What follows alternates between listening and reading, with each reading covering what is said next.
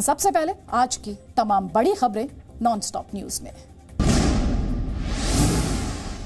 अगले कुछ घंटों में चक्रवाती तूफान यास पश्चिम बंगाल और ओडिशा के समुद्री तटों पर दस्तक देगा। मौसम विभाग के मुताबिक कल सुबह यास तूफान ओडिशा के धामरा बंदरगाह पहुंचेगा, जिसके बाद ये भीषण चक्रवाती तूफान में बदल जाएगा। पश्चिम बंगाल के पूर्व मिदनापुर में तूफान के सबसे ज्यादा खतरनाक होने की आशंका है। यहाँ हवा 140 किलोमीटर प्रति घंटे के हिसाब से चलेगी। हालांकि कोलकाता में तूफान की रफ्तार सिर्फ 40 से 50 किलोमीटर प्रति घंटा रहेगी। अगला 12 घंटा में इंटेंसिफाई होकर वेरी सीवियर साइक्लोनिक स्टॉर्म बनेगा। ये उत्तर उत्तर पश्चिम दिशा में अग्रसर होगा और 26 अर्ली मॉर्निंग तक बंगाल और उड़ीसा का जो कोस्ट है, इस कोस्ट के नजदीक पहुंच जाएगा। समंदर में ऊंची ऊंची लहरों को देखते हुए कोस्ट गार्ड की टीमें अलर्ट हैं। प्रभावित राज्यों में समंदर किनारे 19 जहाज और 4 एयरक्राफ्ट तैनात किए गए हैं। अंडमान में नेवी और वायुसेना के जहाज अलर्ट पर हैं। लोगों को हटाने के लिए समुद्र में तूफान से उनके ऊपर कोई इम्पैक्ट नहीं आना चाहिए। इसको कम करने के लिए लॉस ऑफ लाइफ नहीं हो, इसी की तरफ हमने पूरा कार्रवाई किया है। यास तूफान से पहले हुई बारिश की वजह से पश्चिम बंगाल में कई जगहों पर भारी नुकसान हुआ है। बंगाल के उत्तर 24 परगना में बारिश और तेज हवाओं की वजह से लोगों के घर टूट गए हैं। कई लोगों को चोट भी आई है। इस बीच यास तूफान को देखते हुए पश्चिम बंगाल और ओडिशा में बड़े पैमाने पर लोगों को समंदर किनारे से सुरक्षित स्थानों पर ले जाया गया है। बंगाल के 14 जिलों के 10 लाख लोगों को 4000 राहत शिविरों में पहुंचाया गया है। सिर्फ पूर्वी मिदनापुर से ही 1.5 लाख लोगों को 802 राहत शिविर में शिफ्ट किया गया है। प्रभावित राज्यों में एनडीआरएफ की 109 टीमें तैनात की गई हैं, जिसमें बंगाल में 35 टीमें और ओडिशा में 52 टीमें तैनात हैं। लैंडफॉल जो कि कल सुबह 5:30 के आसपास पूर्वानुमान किया गया है एमडी द्वारा, उस समय यानी लैंडफॉल के समय हवा की गति 160 के ऊपर 185 तक जा सकती है। तूफान को देखते हुए मुख्यमंत्री ममता बनर्जी ने आज रात भर राज्य सचिवालय में रहकर हालात की निगरानी का फैसला लिया है, जबकि राज्यपाल जगदीप धनखड़ ने कोलकाता में मौसम विभाग के दफ्तर में जाकर तैयारियों की जानकारी ली। आंध्र प्रदेश बॉर्डर से सटे ओडिशा के चित्रकोंडा में नदी में नाव पलटने से 7 लोग लापता हैं। 3 लोग तैरकर सुरक्षित किनारे पहुंच गए। एक बच्चे का शव बरामद हुआ है। लापता लोगों की तलाश में रेस्क्यू ऑपरेशन जारी है। लापता लोगों में 5 महिलाएं और 2 बच्चे शामिल हैं। ये घटना तब घटी जब नाव में सवार 11 प्रवासी मजदूर हैदराबाद से ओडिशा के अपने गाँव में लौट रहे थे। नाव पानी के नीचे एक पोल से टकराकर पलट गई। खबरों के मुताबिक तेलंगाना में सख्त लॉकडाउन लगने की वजह से मजदूर नदी के रास्ते चोरी छुपे अपने घर जा रहे थे। देश में सोशल मीडिया प्लेटफॉर्म्स को गाइडलाइन लागू करने के लिए दी गई मियाद 12 बजे खत्म हो जाएगी। ट्विटर ने जवाब दिया है या नहीं, पुष्टि नहीं हुई है। आईटी मंत्रालय ने गाइडलाइन लागू करने के लिए सोशल मीडिया प्लेटफॉर्म को 3 महीने का वक्त दिया था। इस पर फेसबुक ने जवाब दिया। फेसबुक लोगों को स्वतंत्र और सुरक्षित अभिव्यक्ति देने के लिए प्रतिबद्ध है। फेसबुक प्लेटफॉर्म का लक्ष्य आईटी नियमों के प्रावधानों का पालन करना है। हम इन नियमों को लागू करने और दक्षता सुधारने के लिए काम कर रहे हैं। मियाद पूरी होने के बाद केंद्र सरकार के पास गाइडलाइन लागू नहीं करने वाले सोशल मीडिया प्लेटफॉर्म्स के खिलाफ कार्रवाई के विकल्प खुले होंगे। सरकार आईटी एक्ट में सोशल मीडिया से इम्यूनिटी वापस ले सकती है। सोशल प्लेटफॉर्म पर अदालती अवमानना का मामला चल सकता है। किसी शिकायत पर प्लेटफॉर्म को कोर्ट में पार्टी बनाया जा सकेगा। कंपनियों के आग्रह पर गाइडलाइन की सीमा बढ़ाई भी जा सकती है। 25 फरवरी को जारी निर्देश में आईटी मंत्रालय ने सोशल मीडिया कंपनियों को आपत्तिजनक कंटेंट की निगरानी और शिकायतों के निपटारे की व्यवस्था करने समेत कई दिशा निर्देश दिए थे। टूलकिट और ट्विटर के मैनिपुलेटेड मीडिया टैग को लेकर राजनीतिक टकराव तेज हो गया है। कांग्रेस ने आज ट्विटर की लीगल सेल को चिट्ठी लिखकर केंद्र सरकार के 11 मंत्रियों को भी मैनिपुलेटेड मीडिया टैग देने की मांग की। आज हमने ट्विटर को ये लिखा है कि जैसे भाजपा के प्रवक्ताओं के फर्जीवाड़े को मैनिपुलेटेड मीडिया करार दिया गया है, उनके सारे मंत्रीगणों ने जिन्होंने इन फर्जी कागजात को ट्वीट किया है, उनको भी मैनिपुलेटेड मीडिया किया जाए ताकि सच्चाई जग जाहिर हो। कांग्रेस ने कल रात ट्विटर के दफ्तरों में जाने को भी डराने वाली कार्रवाई बताया। बीजेपी ने कहा टूल किट कांग्रेस नहीं बनाई थी, तभी उसे जांच से डर लग रहा है। कांग्रेस का टूल किट है वो तो एक्सपोज हो गया, लेकिन उनकी हर बात एक्सपोज होती है। उनके हर बयान में सिर्फ मोदी सरकार को बदनाम करते करते भारत को बदनाम करने लगते हैं। उनका इरादा सिर्फ भारत को बदनाम करने का है। टूल किट को लेकर बीजेपी प्रवक्ता संबित पात्रा के 18 मई के ट्वीट को ट्विटर ने मैनिपुलेटेड मीडिया टैग दिया था। दिल्ली पुलिस ने कहा कि ट्विटर के दफ्तरों पर उसका जाना सामान्य प्रक्रिया थी। टीम सही व्यक्ति को नोटिस देने गई थी। महाराष्ट्र में ब्लैक फंगस से मरने वालों की संख्या 120 हो गई है, जबकि राज्य में ब्लैक फंगस के 2245 सक्रिय मामले हैं। इस बीच महाराष्ट्र सरकार ने ब्लैक फंगस को नोटिफाइड बीमारी घोषित किया है। 131 अस्पतालों को इस बीमारी के इलाज के लिए निश्चित किया गया है। करीब 1007 मरीजों का महात्मा फुले आरोग्य योजना के तहत मुफ्त उपचार हो रहा है। यूपी में भी ब्लैक फंगस के मामले लगातार बढ़ रहे हैं। दिल्ली से सटे नोएडा में पिछले 24 घंटे के अंदर 25 नए मरीज सामने आए। जिले में अब तक 7 लोगों की मौत इस बीमारी की वजह से हो गई है। दिल्ली में भी ब्लैक फंगस के मामले तेजी से बढ़ रहे हैं।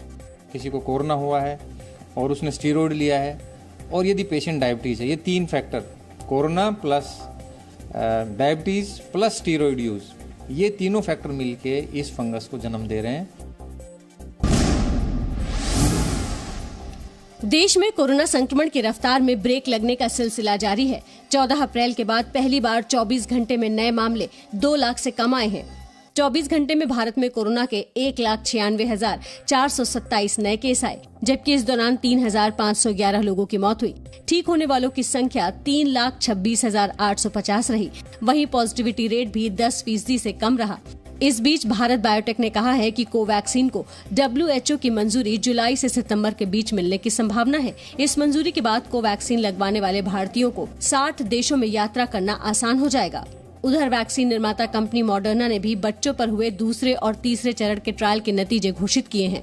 मॉडर्ना के मुताबिक उसकी वैक्सीन ट्रायल में बच्चों पर 100% प्रभावी और सुरक्षित पाई गई है। 12 से 17 साल के बच्चों पर किया गया था मॉडर्ना वैक्सीन का ट्रायल। मॉडर्ना अगले साल भारत में सिंगल डोज लॉन्च करेगा और भारतीय कंपनियों के साथ मिलकर भारत को 5 करोड़ वैक्सीन डोज उपलब्ध कराएगा। करीब 300 छात्रों ने सुप्रीम कोर्ट के चीफ जस्टिस NV रमन्ना को पत्र लिखकर 12वीं की फिजिकल परीक्षा रद्द करने की मांग की है। अपनी चिट्ठी में छात्रों ने सुप्रीम कोर्ट से पिछले साल की तरह वैकल्पिक मूल्यांकन योजना बनाने के निर्देश देने की भी मांग की है। उधर दिल्ली के उप मुख्यमंत्री मनीष सिसोदिया ने केंद्रीय शिक्षा मंत्री रमेश पोखरियाल निशंक को चिट्ठी लिखकर कहा कि अगर वैक्सीनेशन संभव न हो तो 12वीं की परीक्षा रद्द कर देनी चाहिए। सिसोदिया ने इस चिट्ठी में सुझाव दिया कि 17 साल से ऊपर के बच्चों का वैक्सीनेशन होना चाहिए। केंद्र सरकार फाइजर वैक्सीन को मंजूरी दे और बच्चों का भी वैक्सीनेशन कराया जाए। परीक्षा के लिए बच्चों की जान खतरे में डालना गलत है। समाजवादी पार्टी के अध्यक्ष अखिलेश यादव ने कहा कि जब तक छात्रों का वैक्सीनेशन नहीं हो जाता तब तक परीक्षा नहीं होनी चाहिए। अखिलेश यादव ने ट्वीट करके कहा कि पहले टीका फिर परीक्षा। अखिलेश के ट्वीट पर बीजेपी ने सवाल उठाए।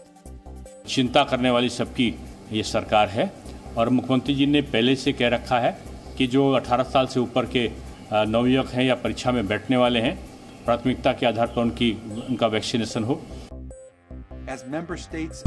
अमेरिका ने कोरोना वायरस की उत्पत्ति की फिर से जांच का मामला उठाया है। अमेरिका ने कहा है कि अंतर्राष्ट्रीय विशेषज्ञों की टीम को कोरोना वायरस के शुरुआती दिनों के स्रोतों और प्रकोप को जांच करने की अनुमति मिलनी चाहिए। Phase 2 of the COVID origin study must be launched with terms of reference that are transparent, science-based, and give international experts the independence to fully assess the source of the virus and the early days of the outbreak.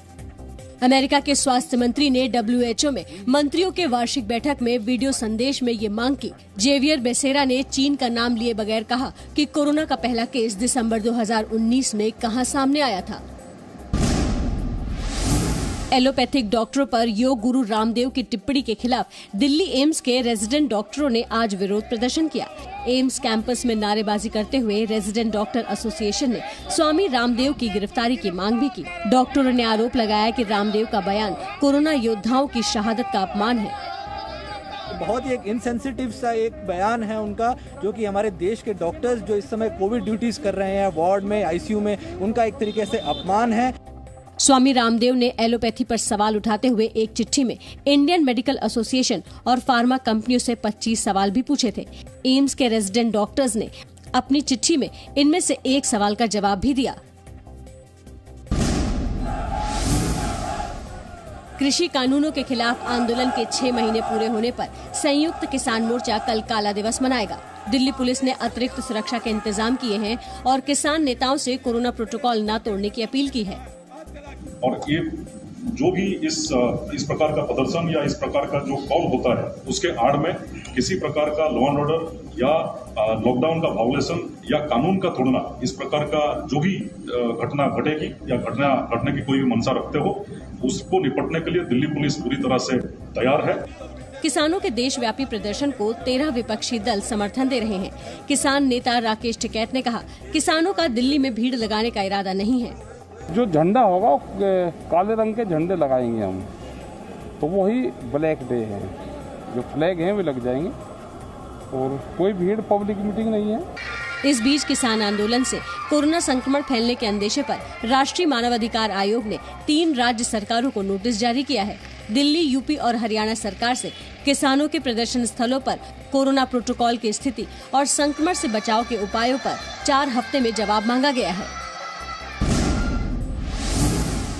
सागर पहलवान हत्या मामले में crime branch की team आज आरोपी सुशील कुमार को साथ लेकर दिल्ली के छत्रसाल स्टेडियम पहुंची। यहां 1 घंटे तक क्राइम सीन को रिक्रिएट किया। यहीं पर सुशील कुमार से पूछा कि 4 और 5 मई की रात सुशील कुमार सागर पहलवान को मॉडल टाउन से किडनैप करके किस रास्ते से यहां पर लाया था, छत्रसाल स्टेडियम में किस जगह पर सागर पहलवान को पीटा गया और सागर की पिटाई के बाद वो किस रास्ते से भागा। इस पे उनकी गिरफ्तारी के बाद आगे की तफ्तीश अभी जारी है। छत्रसाल स्टेडियम के अलावा क्राइम ब्रांच की टीम आज दिल्ली के मॉडल टाउन भी गई। यहाँ सागर पहलवान के घर पर क्राइम ब्रांच की टीम के साथ फॉरेंसिक टीम ने अहम सबूत जुटाए। सूत्रों के मुताबिक सुशील कुमार पूछताछ में बार-बार बयान बदल रहा है। उसने ये भी कहा कि वो तो छत्रसाल स्टेडियम पहलवानों का झगड़ा सुलझाने के लिए गया था। पंजाब नेशनल बैंक घोटाले में आरोपी और भगोड़ा मेहुल चोकसी एंटीगा से लापता है। इस बात की जानकारी चोकसी के वकील ने दी है। These reports are genuine. I received a call from the family that Mr. Mehul Choksi is missing, and now it has been confirmed by Antiguan police also. Antigua police इस मामले की छानबीन कर रही है। चोकसी को आखिरी बार 23 मई को शाम करीब 5:15 पर घर से निकलने से पहले एक कार में देखा गया था। कार को बाद में बरामद कर लिया गया। खबरों के मुताबिक मेहुल चोकसी एंटीगा से क्यूबा भाग गया है। नीरव मोदी के साथ मेहुल चोकसी 13,000 करोड़ के पीएनबी धोखाधड़ी मामले में मुख्य आरोपी है। जांच शुरू होने के बाद चोकसी भारत से भाग गया था और वो एंटीगा में रह रहा था। Presenting B News app available on Google Play and App Store. Download it now.